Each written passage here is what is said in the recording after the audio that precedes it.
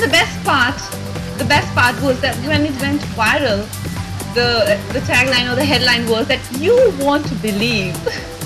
Who said that? Like, I was like, why would I be the last person who could talk like that? You know, they were like, the actress spoke and you won't believe who the actress is. And I'm like, so they definitely don't have the impression of me that I have of me.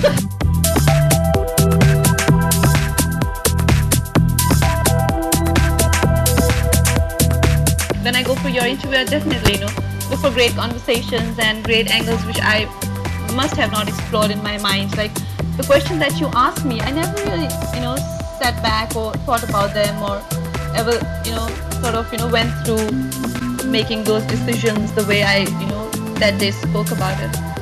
So, yeah, so I think it depends, like I said, it depends a lot on the interviewer and how comfortable they make you feel.